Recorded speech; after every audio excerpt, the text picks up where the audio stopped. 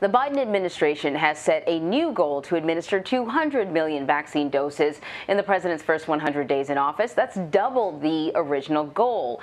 And as vaccination efforts continue to ramp up, Pfizer has started testing its vaccine on children 12 years old and younger. These trials are seen as an important step toward getting kids vaccinated and achieving herd immunity. So for more on this, let's bring in Dr. Bob Lahita. He's the director of the Institute for Autoimmune and Rheumatic Diseases at St. Joseph Health and a professor of medicine at Rutgers and New York Medical College. Thanks for joining us again on this Friday, Dr. Lahita.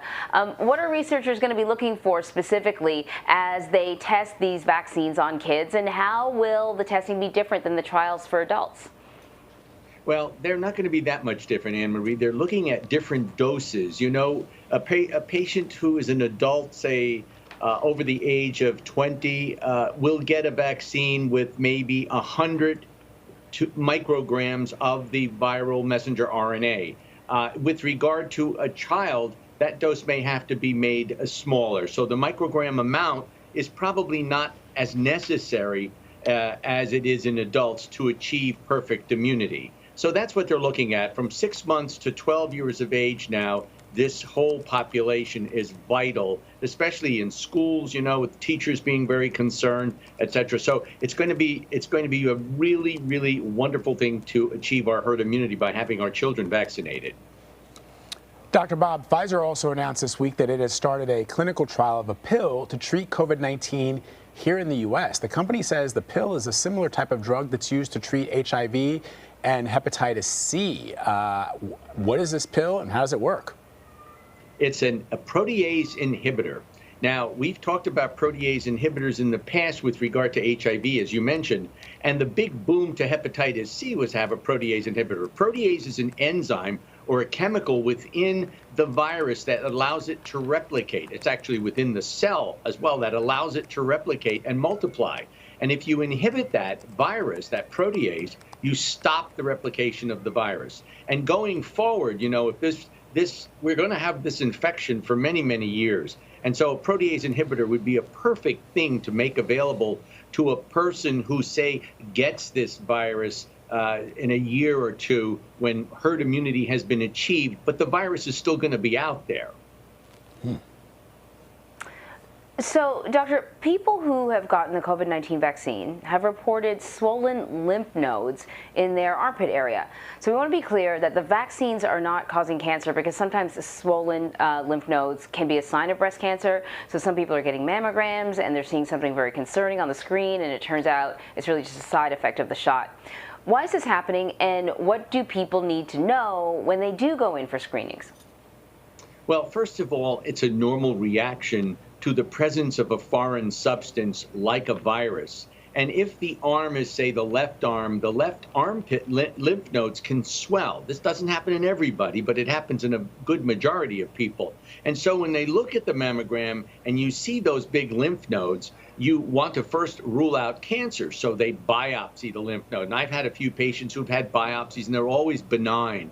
It just is what we call, you know, a transformational, hypertransformation of the lymph node immunologically in response to the antigen. So what we're saying is, if you get a mammogram, you should wait at least 4 to 6 weeks after your second injection before getting your mammogram study. And this way, if the lymph nodes are enlarged, and you have to tell your radiologist and your doctor that, you know, I just had my shot. So if the lymph nodes do swell up on one side, the side that you're usually injected on, we'll know what it is.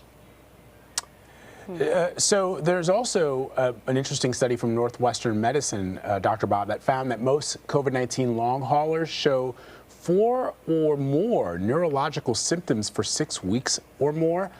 Some of these symptoms can really have an effect on a person's quality of life. I have a friend who told me yesterday she was positive for COVID-19 early last year, and she still hasn't regained her full sense of taste yet, and it's been several months. So how could this virus affect people's sense of taste long after they've overcome it, and what could be going on in the brain? Well, this is really interesting, Vlad, because, you know, I suspect about 2,000 times the amount of virus is present in the brain as in the rest of the body. And it takes a while for the immune system of the brain to stop thinking that it is infected when you have particles of virus that are circulating about. So I hear most commonly, and these are the neurologic symptoms that people talk about: brain fog, certainly headaches, numbness and tingling of their hands and feet, disorders of taste and smell. And just yesterday, I had a patient who said, I haven't smelled anything normally or tasted my food in over 6 months. This is a real problem. It reflects the immune system's response to the virus in the brain, which, as I said, seems to have a concentration of the virus in some people. Muscle pain, dizziness is also common. And then, there's also the shortness of breath, the inability to walk up and down stairs without feeling like you've just lifted a 50-pound weight. All of these things we're seeing in the long haulers. And I'm setting up a clinic, actually, called a post-COVID clinic, to see these patients and advise them appropriately. Vlad.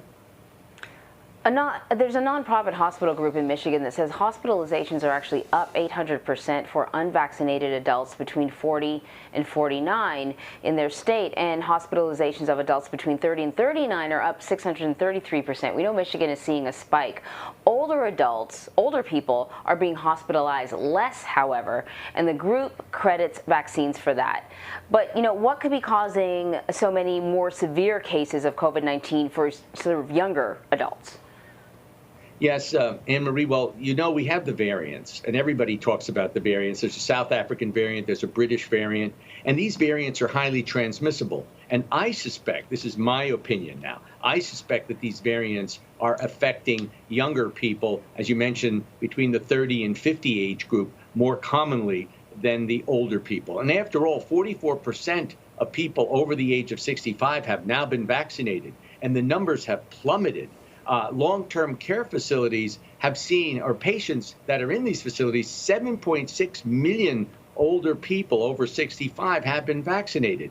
So it's startling, actually, scientifically and medically, to see the numbers drop on the graph in that population and to see it creep up in the younger population, as you mentioned, an 800% increase in the 40 to 49-year-olds in the non-vaccinated. So this is really a reason why President Biden has given tens of millions of dollars now to educate the public as to look at the data, see what's happened, go out there and get your shot. Don't be afraid. You're not going to be, affected badly. You're going to be, by the vaccine, you're going to be affected possibly badly by just, even if you don't wind up in the hospital, by having the virus itself. A lot of important information, as always, from you, Dr. Bob Lahita. We thank you. Have a wonderful weekend. You too. Thank you, Vlad and Anne-Marie.